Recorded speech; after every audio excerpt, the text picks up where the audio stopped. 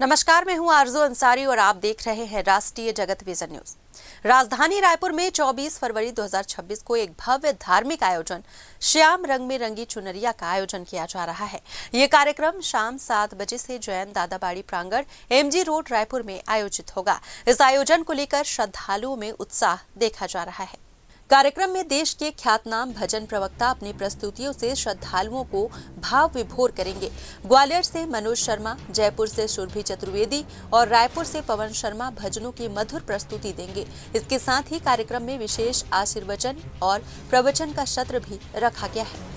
आयोजन श्री श्याम संकीर्तन प्रचार समिति रायपुर द्वारा किया जा रहा है। समिति ने अधिक से अधिक श्रद्धालुओं से कार्यक्रम में शामिल होकर भक्ति रस का लाभ लेने की अपील की है। आयोजकों के अनुसार भजन संध्या के माध्यम से समाज में आध्यात्मिक जागरूकता और भक्ति भाव को बढ़ावा देने का उद्देश्य है।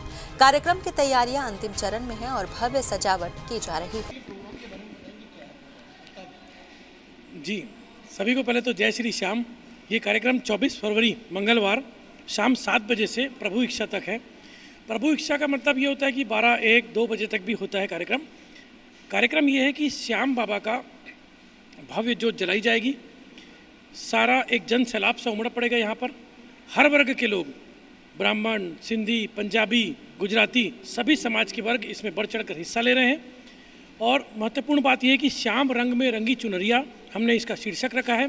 फाग उत्सव होगा, होली का आनंद लेंगे, फूलों की वर्षा होगी। हमारे प्रमुख 3 कलाकार जयपुर से सुरभि चतुर्वेदी जी, ग्वालियर से मनोज शर्मा जी और भाटापारा रायपुर से पलाश शर्मा जी उपस्थित रहेंगे। मुख्य कार्यक्रम की बात यह है कि ये सेवा का कार्य हम सत्संग, जो आज की युवा पीढ़ी इधर उधर दर दर भटक रही है, न जाने कुछ गलत कामों में लग रही है, तो सत्संग का सबसे सरल और सहज माध्यम हमें समझ में आया। लोगों को सत्संग से जोड़ रहे हैं।